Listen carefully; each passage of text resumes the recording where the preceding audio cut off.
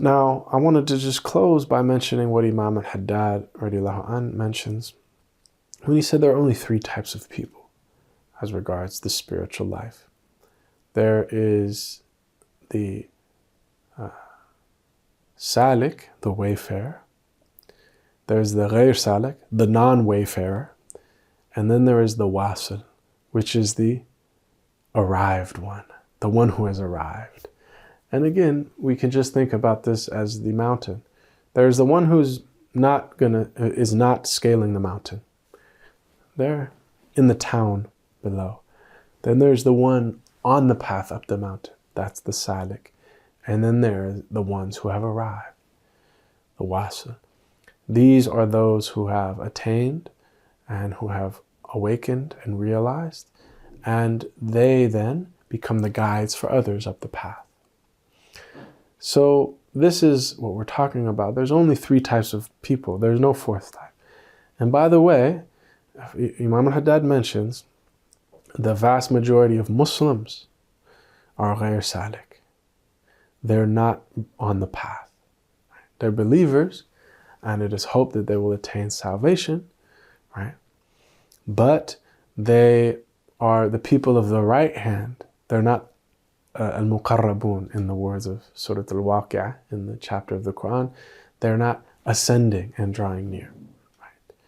This is really what Sufism is this inner dimension of Islam, which takes for granted the outward practices, but then says, let's go further. Right? Let's go further. Let's journey to the divine presence. And so this is what we're exploring, is this method, is this wayfaring. And as you've seen in what we've covered, it can really be summarized in three levels of wayfaring. There's beginner, intermediate, and advanced. And so, and this, models the levels of the nafs. Amara, lawama, mutma'inna. Right? So in the first level, when you're a beginner, it's really about counterbalancing the lower impulses and purifying the self. Tazkiyat an-nafs, as they say.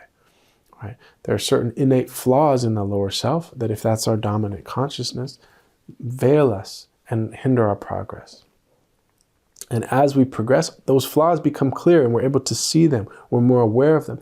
Things that are egotistical traits that we weren't even aware of in ourselves, we start to see, and we're able to move through them. This is trained through riyada, which is asceticism, riyadat an-nafs, right?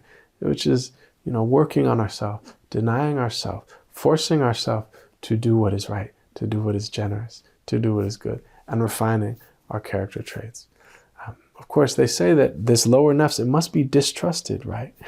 It must be blamed and restrained from its desires, because it's an illusory self. It's not your true self, right?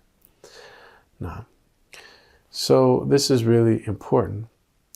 Now, the second level is the intermediate. This is when there has been progress, and one is now really setting off in the intermediate stage of ascending up the mountain. This is acquiring the divine traits for the heart. You've removed the major, right, vices. Now it's about increasing in the virtues. And it is increasing the light in the heart. Right? The heart can acquire light. And it has an eye that can open. So this is about guarding oneself from things that will remove light from the heart, and increasing that, and striving to be ever present with God, to be in a state of dhikr at all times. And of course, the advanced stage is the extinguishing of the ego self in the divine presence as one receives what Allah causes to inhere in the spirit. And the spiritual eye opens, and one can witness these realities directly. So again, this corresponds to the three levels of the nafs that we mentioned: the evil commanding self, the reproachful self or accounting self, and the self at peace.